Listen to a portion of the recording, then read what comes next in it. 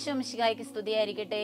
ഈശോ സ്നേഹിക്കുന്ന പ്രിയ സഹോദരങ്ങളെ, വിശുദ്ധ പൗലോസ്ലീഹ ഫിലിപ്പിയർക്ക് എഴുതിയ ലേഖനം 2-ാം അധ്യായം 1 മുതലുള്ള തിരുവചനങ്ങള് നമ്മൾ വായിക്കുമ്പോൾ അതില് 4-5 തിരുവചനങ്ങളിലൂടെ നമ്മൾ കടന്നു പോകുമ്പോൾ തിരുവചനം വളരെ വ്യക്തമായിട്ട് നമ്മോട് ചില മാർഗനിർദ്ദേശങ്ങൾ നൽകുന്നുണ്ട്.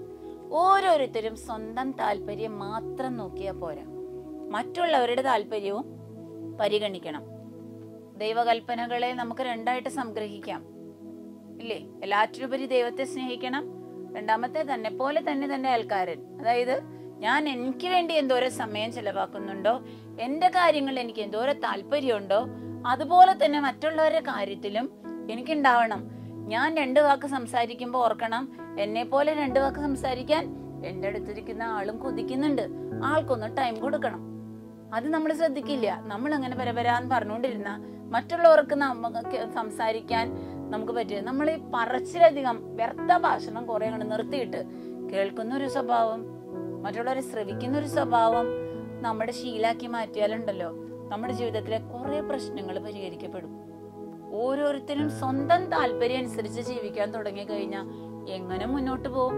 നമ്മുടെ ശരീരത്തിന്റെ അവയവങ്ങളെ തന്നെ ഒന്ന് ശ്രദ്ധിച്ചേ. ഓരോ അവയവത്തിനും ഓരോ റോളാണ്. ഒരവയവം തന്നെ വർക്ക് ചെയ്യാൻ പറ്റില്ല. ശരീരത്തിന്റെ ഒരവയവത്തിന് തന്നെ നിന്നിട്ട് കണ്ണ് പറയാണ്, ഞാനാണ് ഈ ശരീരത്തിന്റെ കേന്ദ്രം, അതുകൊണ്ട് ഞാൻ പറയണ പോലെ നിങ്ങളെല്ലാവരും ചെയ്യണമെന്ന് പറഞ്ഞാൽ നടക്കുമോ? നടക്കില്ല.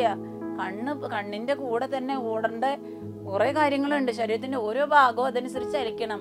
കൈ ചലിക്കുമ്പോൾ അതിന്റെ കൂടെ ചലിക്കേണ്ട ശരീരത്തിന്റെ മറ്റു ഭാഗങ്ങൾ അനങ്ങാതിരുന്നു കഴിഞ്ഞാൽ അതുകൊണ്ട് ഒരു യൂസ് ഇല്ലാണ്ടാവും. പ്രിയ സഹോദരങ്ങളെ, കർത്താവ് എന്താണ് നമ്മുടെ കുടുംബത്തിലായാലും സമൂഹത്തിലായാലും നമ്മുടെ പലതരത്തിലുള്ള വ്യക്തിത്വങ്ങളെ ഒരുമിച്ച് ചേർന്നിരിക്കുന്നത് പലർക്ക് പലതരത്തിലുള്ള കഴിവുകളും പലതരത്തിലുള്ള കുറവുകളും എല്ലാം കൂടി കൂട്ടിച്ചേർത്തിട്ടാ. അതെന്തിനാ?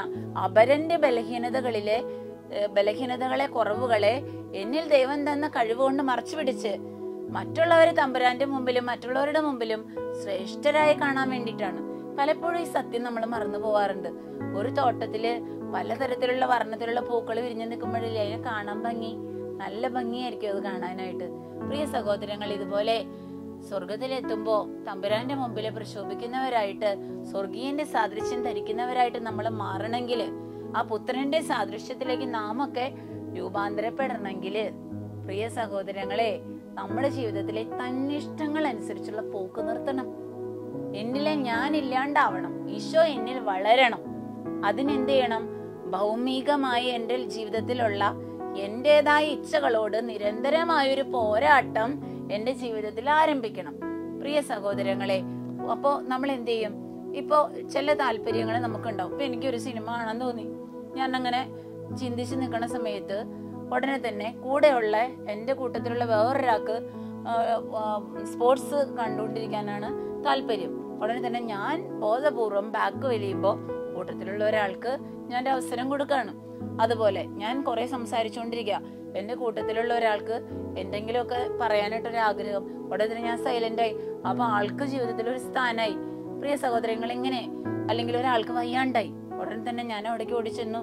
എന്റെ സാന്നിധ്യം അപരനൊരു അനുഗ്രഹമായിട്ട് മാറണം. ഇതുപോലെ നമ്മുടെ ജീവിതത്തില് ഇന്നു മുതൽ നമ്മുടെ വ്യക്തി താല്പര്യങ്ങളെ ഒന്ന് മാറ്റിവെച്ച് പൊതു നന്മ ഒന്ന് സ്വപ്നം കണ്ടേ. നമ്മള് കുടുംബത്തിലൊരു സ്ഥലം, വീട്ടിലൊരു സ്ഥലം അഴുക്കായിട്ട് കിടന്നു, ഞാൻ അവിടേക്ക് ഓടിച്ചെന്നു, അതൊന്ന് ഓർഡറാക്കി. എന്നെ കൊണ്ട് പറ്റാവുന്ന വിധത്തില് എളിയ കൊച്ചു കൊച്ചു പ്രവൃത്തികളൊക്കെ ചെയ്യാൻ നമ്മളെ സാധിക്കില്ലേ? വൻ കാര്യങ്ങൾ ചെയ്യുന്നതിനേക്കാൾ ദൈവത്തിന്റെ മുമ്പില് സ്നേഹത്തോടെ ചെയ്യുന്ന കൊച്ചു കൊച്ചു സൽപ്രവൃത്തികൾ വളരെ ശ്രേഷ്ഠമാണ്. അതുകൊണ്ട് ഇന്നത്തെ ദിവസം അപരന്റെ വേദനകളിലേക്കും അപരന്റെ കണ്ണുനീരിലേക്കും നമ്മുടെ കണ്ണോടട്ടെ. അങ്ങനെ തമ്പുരാന്റെ മുമ്പില് ആ ദൈവത്തിന്റെ മനോഭാവം നാം ധരിക്കുന്നവരായിട്ട് സ്വർഗീയന്റെ സാദൃശ്യത്തിലേക്ക് നാം അല്പം കൂടി കേറി വന്ന് രൂപാന്തരപ്പെട്ടുകൊണ്ടിരുന്ന് സ്വർഗീയ മഹത്വത്തിന് അർഹരായി തീരുന്ന വിധത്തില് ജീവിതം ക്രമീകരിക്കാൻ പരിശുദ്ധാത്മാവിന്റെ സഹായം നമുക്ക് ചോദിച്ചു വാങ്ങാം.